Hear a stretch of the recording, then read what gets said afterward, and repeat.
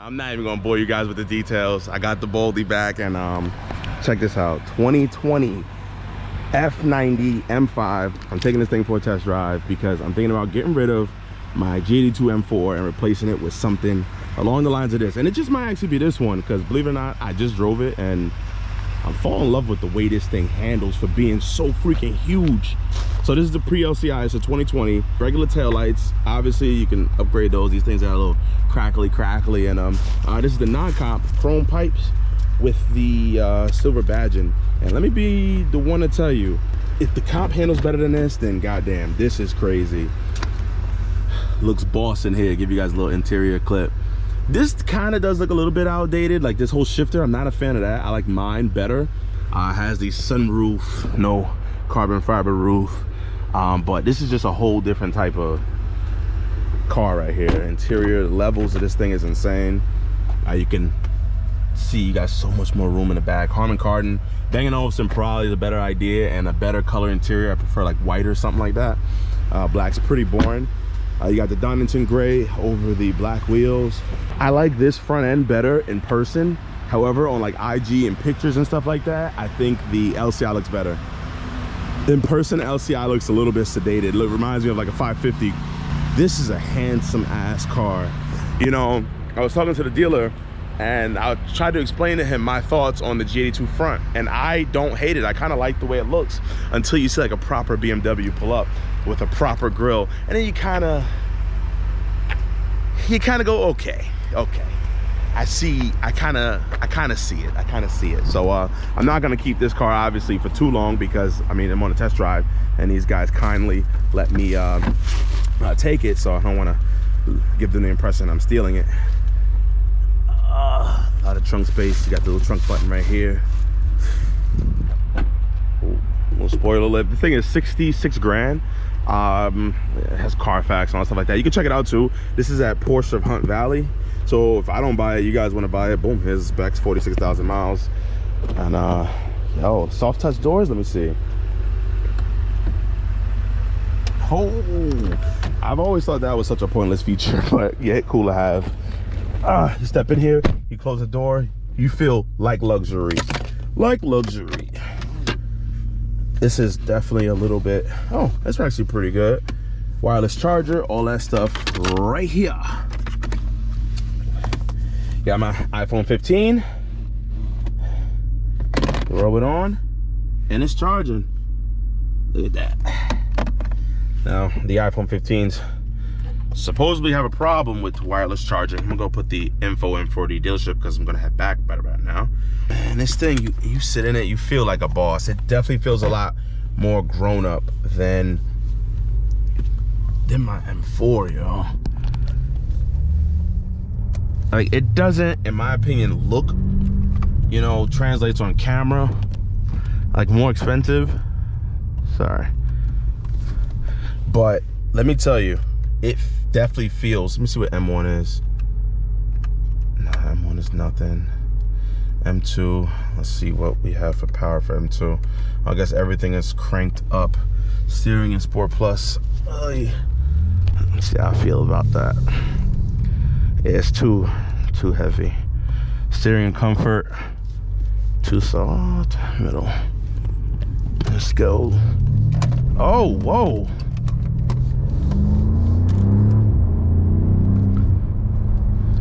Whew. This car is something else. 83 North.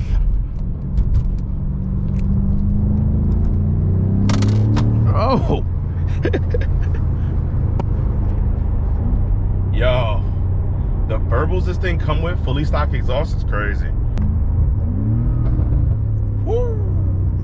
First gear.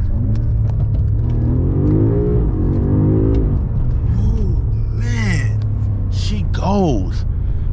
Yo, the amount of confidence you have with traction and stuff like that. Now, four-wheel drive sport, MDM, it feels kind of rear-wheel drive-ish. It livens up a little bit. It's just, the car is dead accurate, I'll be honest. Like, the G82, I could see you getting engaged enough to where you'll outdrive yourself really quick, or the car will like get away from you. This car, I don't see that happening because it just doesn't feel like, it doesn't gain your excitement like the G82 does. You know it could do it, but it just doesn't excite you while it's doing it in the way that the G82 does, like encourage you to go crazy. This just surprises you when it does it. Whoa.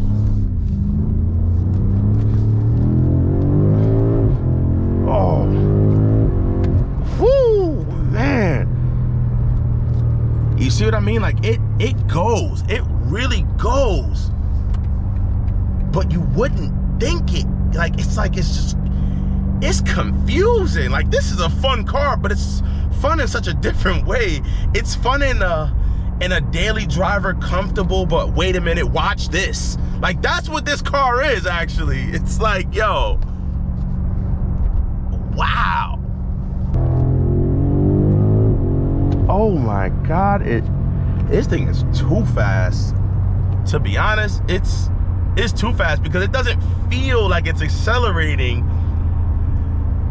as fast as it is. Damn, this is a nice car. I think I'll get bored of it fast though. It doesn't engage me at all. It just surprises me. Is that hard to say?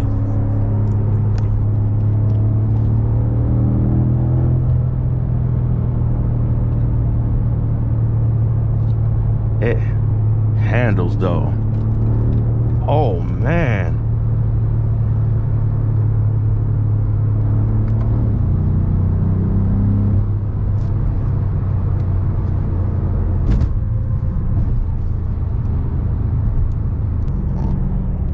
Yeah, I feel like a boss in this thing.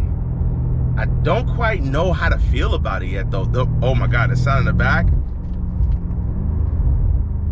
Ooh, V8 Burbles is different. It feels good. This feels like an executive type of car. Oh God, definitely went the wrong way. I gotta get back off the highway.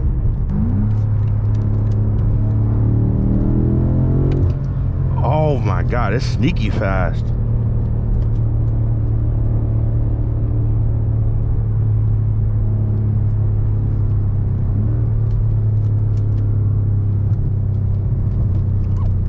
Oh shit. Oh nah.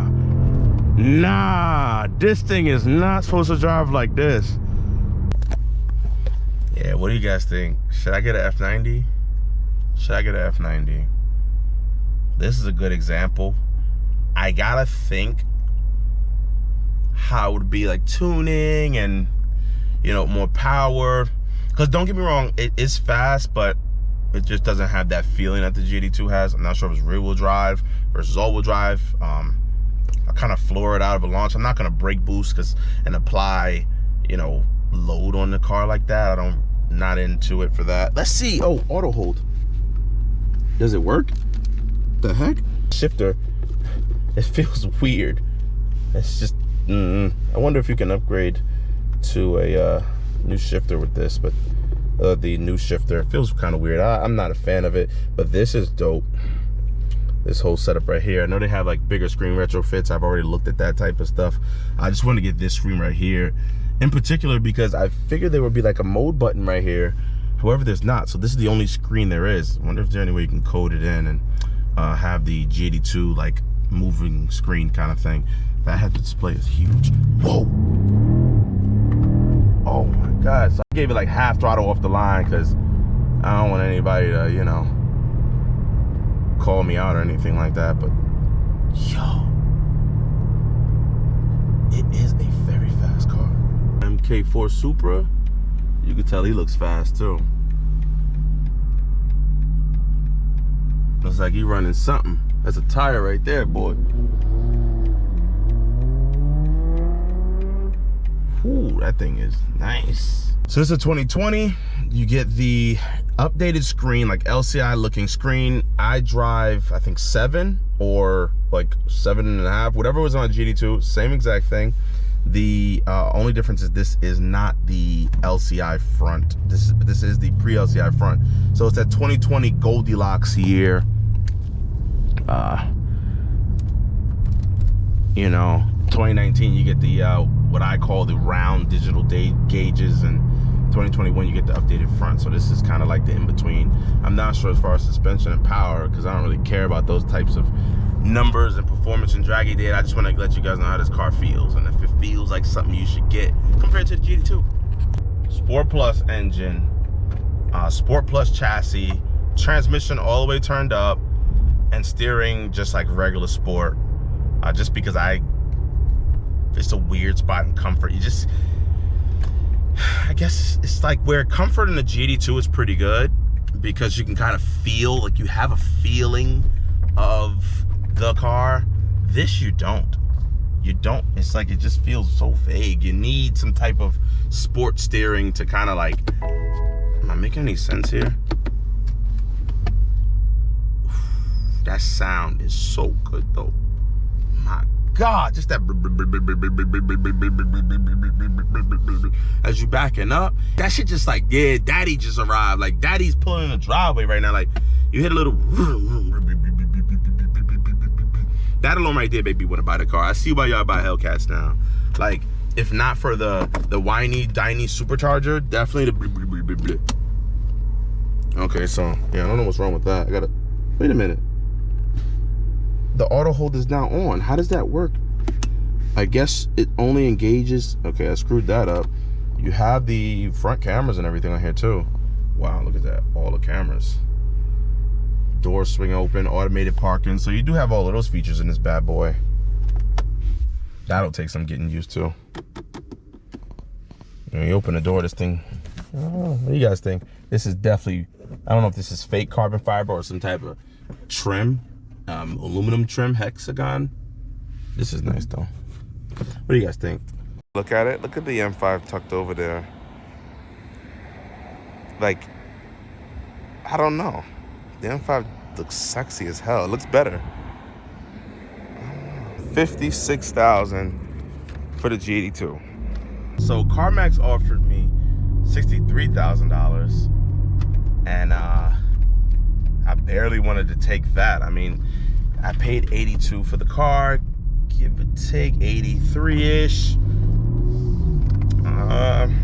Lost about what, 20 grand that would be. You also have to add in like interest, and that gets a little bit tricky because, you know, every month on this loan I pay a certain amount of interest, whether it be like $200 or $100, or I don't know how much the interest is per month. You break it down, they take away $1,500 for detail, which, I mean, let's be realistic here. You give this thing a nice little car wash, you know, rubber down. Oh, wait a minute. Yo, you motherfucking door dingers, bro. Oh, thank God it buffs out. You see, look, just like new.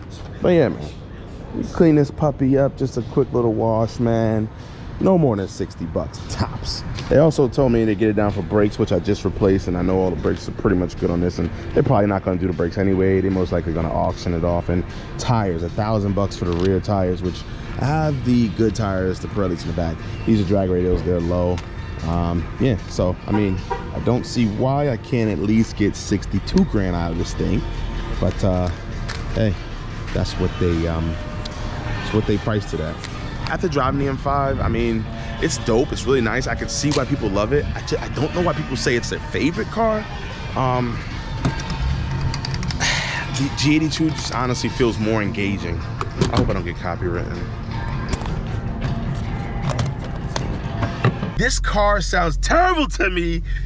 Now that I drove the M5, the front end doesn't look as good to me, the bucktooth grill anymore. Like, I felt like I was in prison this whole time. And the GT2 was like beautiful to me. Like, it was freaking beautiful. And it's like, yo, I've seen the F90 in person. I've seen a lot of F90s, but like I've seen one potentially that I was gonna buy, that I was looking at online. I finally seen it in person, which I'll put the post in the link. Shout out to that guy, Dominic. He's super cool. I spec'd a Porsche out last year, 992 base Carrera, came out to like 120 something. Now that same Carrera, because it's actually looking like it'll get built early next year. He said I'll shop by like April and May. Now it's like 135. And hear me out now. I know this video's all over the place, but like, it's like 135, 136, how I want my base Carrera spec. So I spec the GTS, and it has a lot more options than I selected for the base, and it also has some of the options that I've spec included. You know, the aero kit, which I want the wing. I love that wing. So it's like an extra $2,000 instead of it being an extra $6,000 if I get the base. In addition, you get the center lock wheels at like no extra cost, or it comes included with GTS, which I was gonna get the cheapest wheels available and upgrade them later on with the base Carrera to give you guys like content and stuff like that. But yo, man, I don't know. Like, so I spoke to him like, yo, I might as well just get a GTS. The GTS I spec'd was like 160 and it's like 150. It was like bare bones. Like, you didn't really need anything besides like seatbelt coloring and things like that. I'll kind of go into like the Porsche thing and spec it out maybe a little bit after this video, if you guys are even interested in that. But yeah, like, so now I got this dilemma where then I went to look at used 992s. They're like 118 for like the base, like used, like 2021, 2022. I don't know what's going on in the market. Like, everything is dropping but Porsches. I don't know. I'm like, I can no longer afford a Porsche. Like, it's, well, I mean, I could barely afford one in the beginning, let's be honest. But like, you know, like damn, like wow, Porsche's like becoming Ferrari for real. Like, I think I can quicker get a depreciating McLaren 570S quicker than I can get a 992 GTS like a decent spec. Oh, and my point in saying that is because I've seen the value, and I really wasn't looking at, I was more so looking at depreciation, and the GTSs don't seem like they depreciate as much, like GT3s as well. GTSs I think are like the best bang for buck. You know, comes with the bigger turbos and everything. All I gotta do is just tune it. But I'm rambling to say that he then tells me that getting a GTS allocation probably ain't ever gonna happen for me. So getting back in this car, it does feel a little bit cheaper, I will be honest. Everything kind of feels like at your face, whereas like, you know, oh, look at that. I put the P0s in the back because I planned on changing them out because it was getting cold, but the drag radios feel like they grip better in the cold than the P0s do. Oh.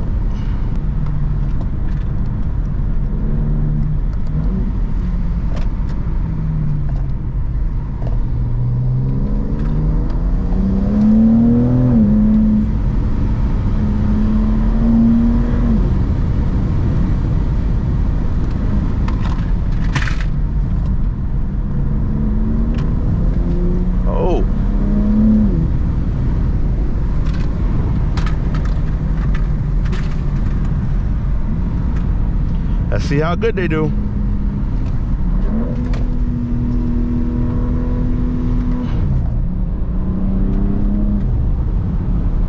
They are feeling loose in the turns, I ain't gonna lie.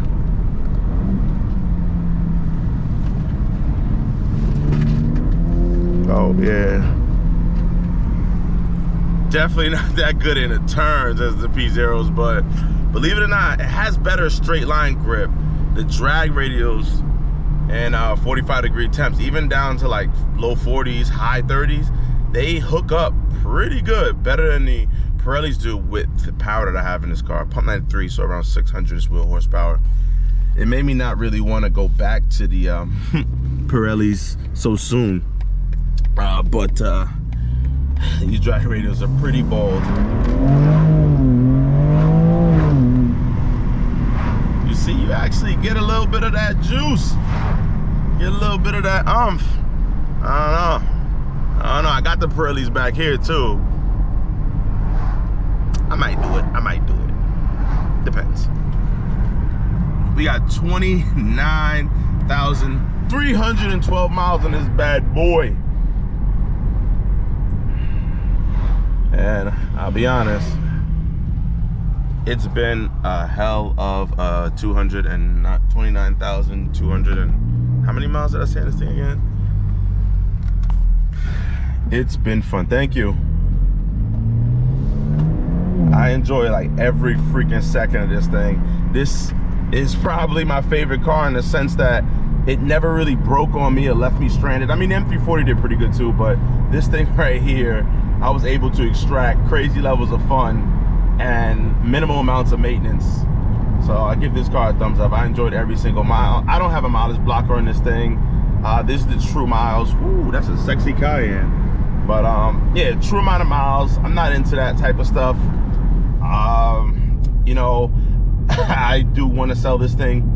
And to be honest with you, I know a lot of you guys put in the comment section that, oh, you know, I would never buy this car, you know, seeing that what I've done to it. And the reality is that you really don't know what anybody's done to their G80s. But I also agree with you in that I kind of wouldn't either. I hear you guys. I really wouldn't buy a lot of these used G80s or, you know, F90s out here in the road, despite what the Carfax says.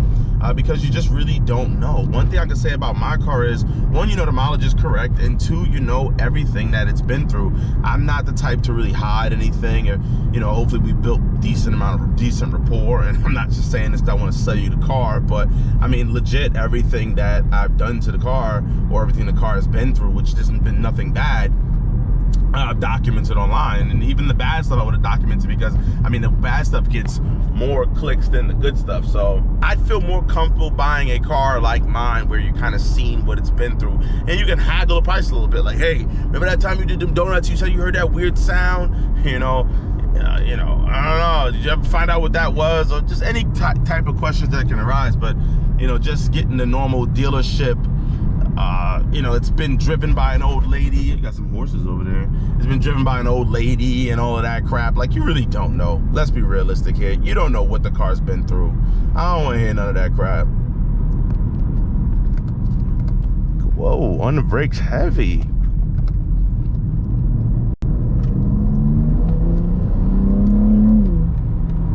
Don't do what I do in the world, guys. Oh, whoo. Yeah, man. Those drag radials are not meant for the turns. I did get more confidence hitting turns in them, but I do miss the Pirellis. I really do miss Pirellis. One thing I got to do as well is turn off the, or turn down the transmission when I put the Pirellis on, because they definitely 100% way too violent. Want to snap an axle or something. How hard the tire is versus how harsh these shifts are and stuff. From what I've noticed in my perspective, these drag radials absorb a lot of the shock that this XHP Trans Flash Stage 3 really kicks to it. I went to go check out this Porsche 911 Carrera 2020 992. It was white, basic as hell. Had an accident on the passenger side. I'll put the link up below. It was the cheapest one you can ever find, and that's kind of why I wanted to get it. I can do the whole about the cheapest one in the country, and then, you know, oh, it has a damage history and accident history, and, you know, kind of get the views and reel you guys in that way. It was 100,000,000,000% gonna be my daily. I wouldn't feel as bad about dailying a Porsche that's been in an accident before, and I get a heck of a deal on it. So I mean, that was kind of what sold me. I showed up and looked at the car in person. First and foremost, I just want to speak on dealership experience. They suck. You know, they're really not the greatest. They're kind of pushy a little bit and almost stush in a way where, you know, I don't know how to explain it, but stush, if you guys know what stush means. You can see, if you look at the passenger side door, the panel gaps don't line up. The accident was on the passenger side. The driver's side's perfect. The passenger side's a little bit, you know, iffy. You pop the frunk or the hood, trunk, bonnet, whatever you want to call it, and you can tell like little panels were kind of put back together. It looks a little rushed, and none of that stuff honestly deterred me away from getting the car. What did really deter me from getting the car was, one, the price. So I was just gonna go in there and do a credit union type deal, and, you know, get maybe like 6% interest, maybe 90 grand. It'd have been expensive, let's be real. Probably somewhere like north of like, what, like 1,600 bucks or something like that. The interior was very cheap. It didn't feel like nice at all when I sat in it, and it had a lot of like dents and dings, which, like, if you look at this car, I'm pretty sure it has some dents and dings right here, like on a bolster, or just a little bit of scratches in the leather. I gotta just look into it. From being used, and I don't knock it for that. Let me stop tailgating this USPS guy. But you know, 90 grand, already has an accident. I know it's a 992 and there's a value to it, but I just really wasn't prepared to spend like $1,600 a month for something that was in that condition. You know, I'd rather spend just a little bit more for something in better condition, if that makes any freaking sense. You know, and for what it's worth, it was pretty much a dealer experience that just shied me away from it. And I kind of know, because I was kind of turned off and disgusted. You know, I was kind of turned off and disgusted. And then when I left, I kind of reconsidered the car again, which kind of made me realize I didn't feel comfortable in that dealership.